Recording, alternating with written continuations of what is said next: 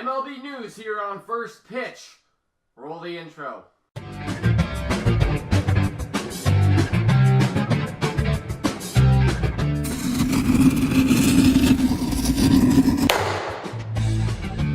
Good morning and welcome back to the First Pitch. As always, I am your host, Brent, also known as Clemhawks, and today we will be giving you a rundown of a ton of MLB news, including Zach Britton trade rumors, Choo's record-breaking attempt at the on-base streak record, and then, of course, Sunday Night Baseball and Beat the Streak picks. So let's just jump into it. Zach Britton could be traded to one of somewhat 8 teams or something like that. He is very high on the trade list for the Orioles and a very high targeted player for one of, like I said, possibly 8 teams.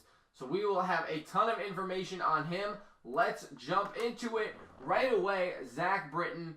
He's got, nasty stuff, and he is on his way out the door of Baltimore. Just like Machado, a ton of people are interested in Britton, and this report says from Bleacher Report, and I'll put this in the description as well, just to let you know, I'll put all the links in the description for every news source that I talk about today. So, let's talk about Britton here. There is a chance that he could go to one of 6 to 8 teams.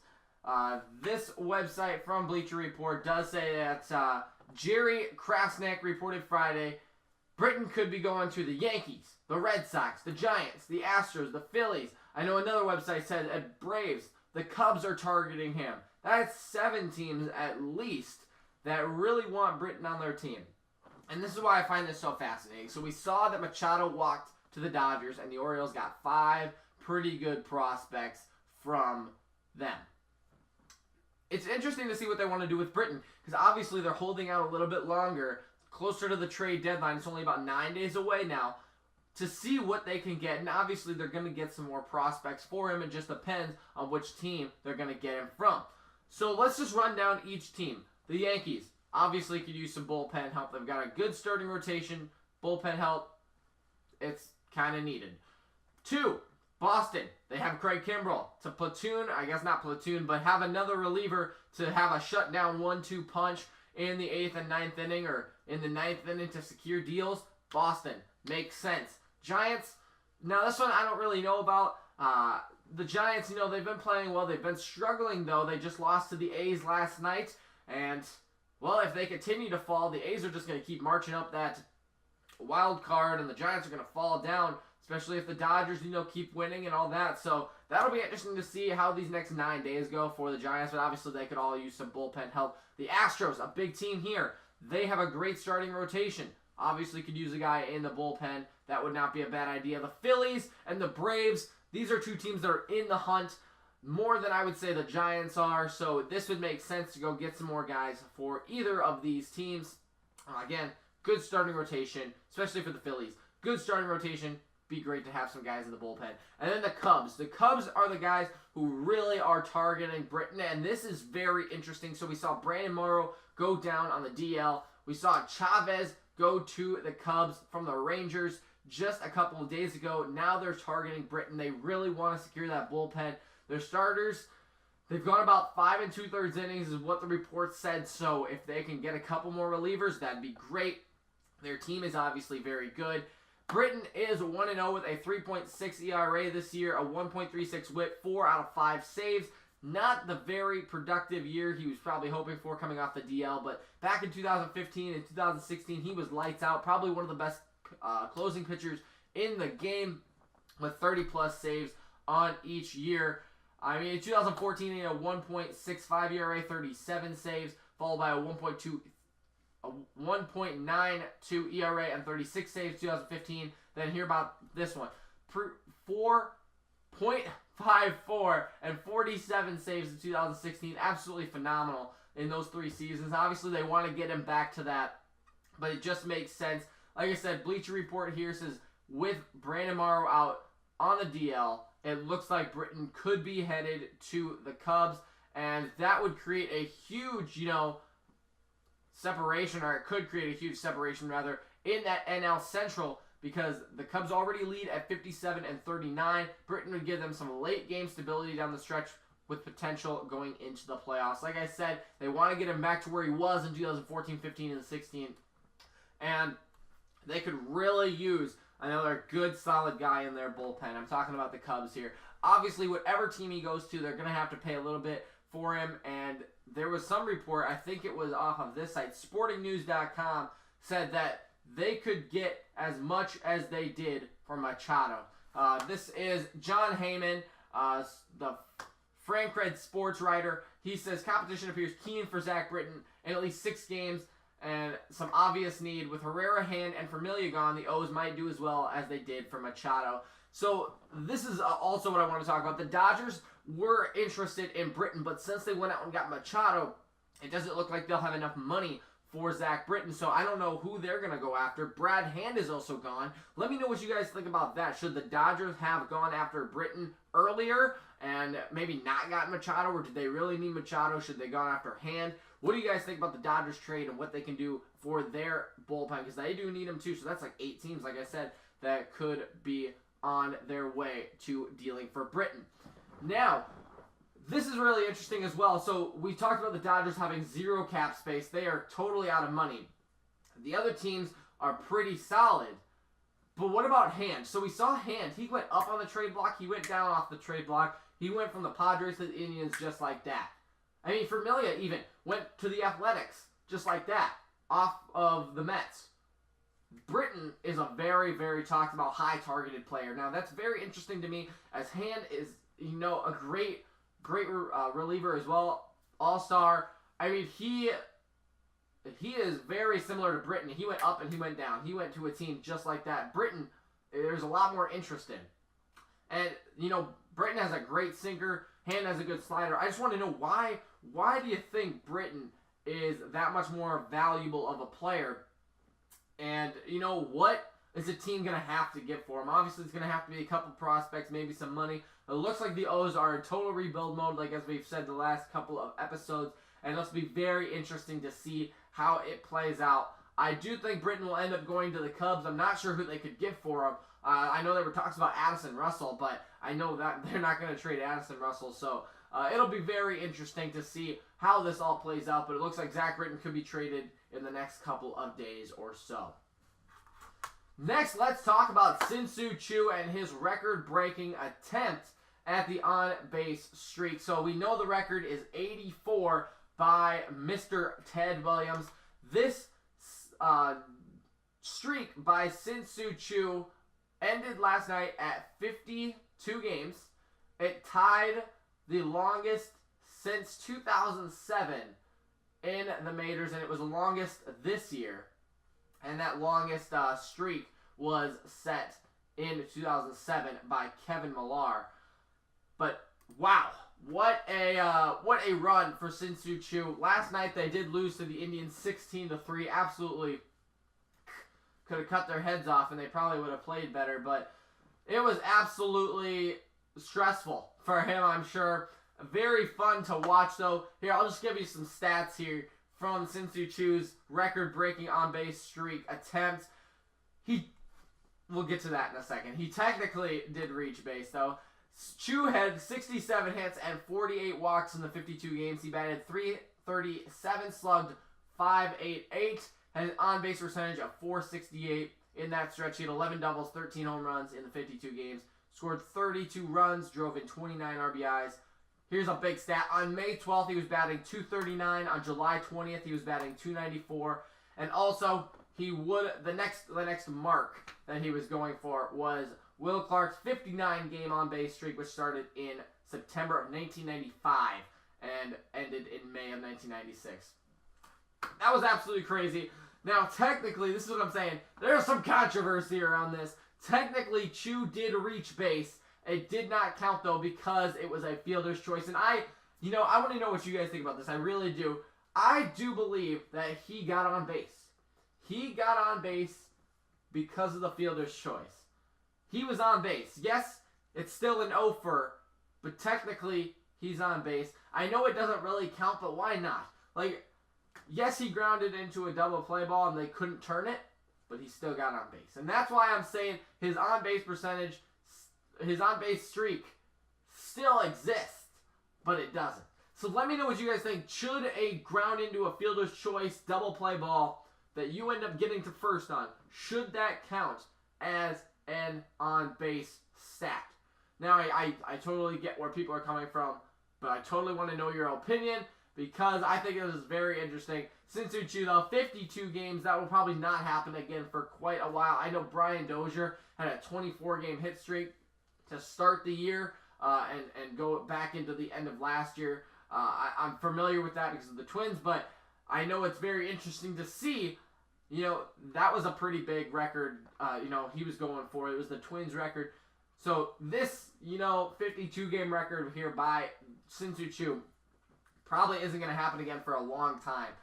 Now we get into what everybody is most excited about today, Sunday Night Baseball. It's the Subway Series again. The Yankees and the Mets. Roll the intro.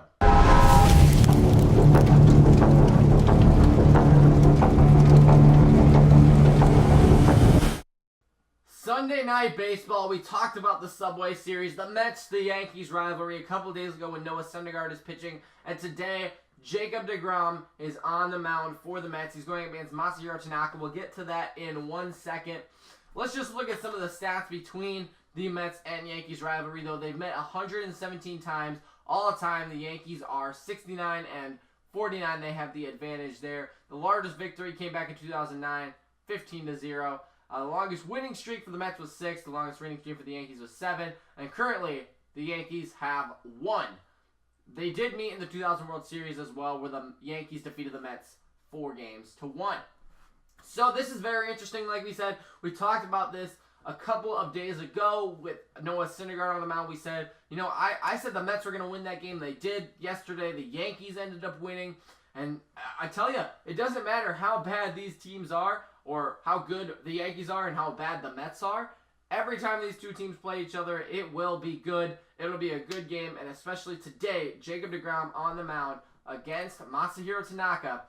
It'll be fantastic to see how these guys play out against each other again. So, let's talk about deGrom here. We talked about him a couple of days ago as well. Why don't they trade him? Now, deGrom is 30 years old, and he is probably being wasted as a Met. Like, he is one of the best pitchers. Let's actually just go look at his stats really quick. So this year, he is 5-4. That doesn't tell the story. He has a 1.68 ERA. That is absolutely insane. Only 23 earned runs, 149 strikeouts with a whip less than 1. That is insane. Now, if you look at his stats in July, so we're in July right now, he is 0-0 with a .5 ERA, 2 games, but 16 innings, 1 earned run, 1 home run, 15 strikeouts. That's 8 innings per game with 8 strikeouts per game.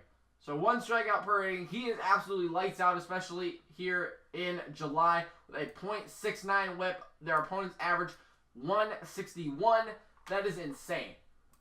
So every time these two teams come out to play each other, it's going to be a good game, as we said. Masahiro Tanaka starting for the Yankees, deGrom starting for the Mets. In deGrom's last 3 starts, he is 0-1, though, with a 1.6 ERA, 23 strikeouts. In the regular season, though, like we said, he's 5-4 with a 1.69 ERA, 149 strikeouts. That is absolutely insane. Masahiro Tanaka on the other side, he is 0-0 with a 3.4 ERA, 18 strikeouts the regular season, 7-2. He's not doing too bad, actually. 7-2 with a 4.5 ERA. So the ERA is obviously a little bit high there, but Masahiro Tanaka playing very well for the Yankees. This will be a good matchup, and that's obviously why it's Sunday Night Baseball. deGrom and Masahiro Tanaka. But let me know, again, why haven't the Mets traded deGrom? They could get so much for him, especially being a 30-year-old. He is pitching lights out. He is probably one of the best pitchers in the league this year besides Scherzer, Sale. And, this guy is phenomenal. They could get so much for him. And I could do a whole video on deGrom, and I might have to, especially as this as the trade deadline gets closer. But I honestly do think that it's going to be a very close game, especially for Sunday Night Baseball. I do think the Yankees will win, and the only reason I do think that is because they're home. That's one. And two, once DeGrom comes out of the game, I do think the Mets bullpen is going to explode, just like it did yesterday, and the Yankees almost won that game, or the Yankees did win that game. The Mets bullpen is absolutely terrible, especially with Familia now gone. But I do think the Yankees will get to the Mets bullpen late and end up winning the game, probably in some sort of walk-off. But I do think it'll be a great game. DeGrom, mad respect for him, though, and I do think they should trade him immediately. That is what I think about it, though. I do think the Yankees will overtake the Mets, complete the series 2-1 games, and beat the Mets in the Subway Series as they continue on their track to keeping that first wild card spot and, holding out for the rest of the year. Now let's get into what everybody, is most excited about. Clem's picks for Beat the Streak.